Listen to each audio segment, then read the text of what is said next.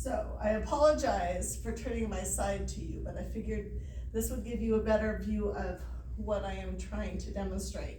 So I will be talking through this whole thing. I may or may not be facing the camera the entire time. So today we've been talking about static sitting balance.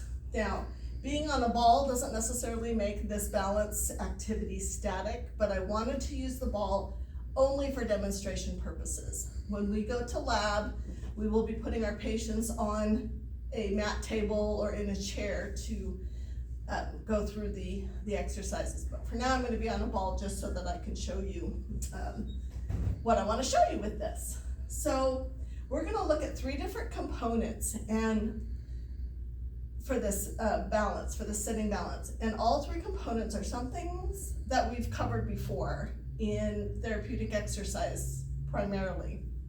But now we're going to put it all together so that we can keep the patient stable and balanced.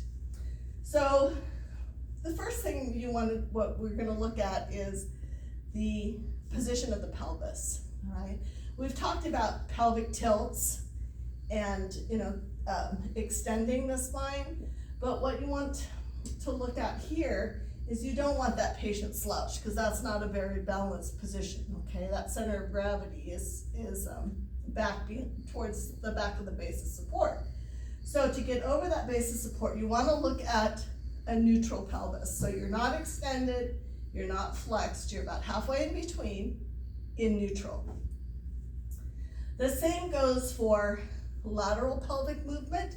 You're going to have those patients that are leaners or pushers, right, that may be shifted to one side, and you want to maintain that pelvis again in midline, in the center.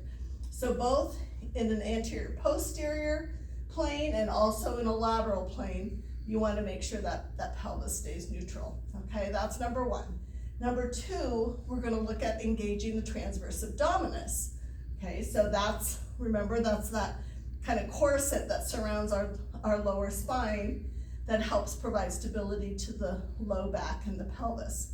So by doing so, you're just going to pull your belly button towards your spine, not creating any motion, right? This is all still very static.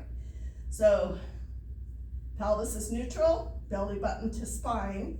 And then the third piece is looking at the rest of our trunk stability by doing some scapular glides. So you're going to take the 2 scapulae and ask your patient to glide them down and together, or down and towards their opposite back pockets.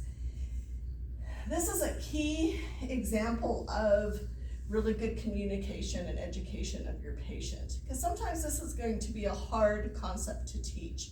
So you may have to use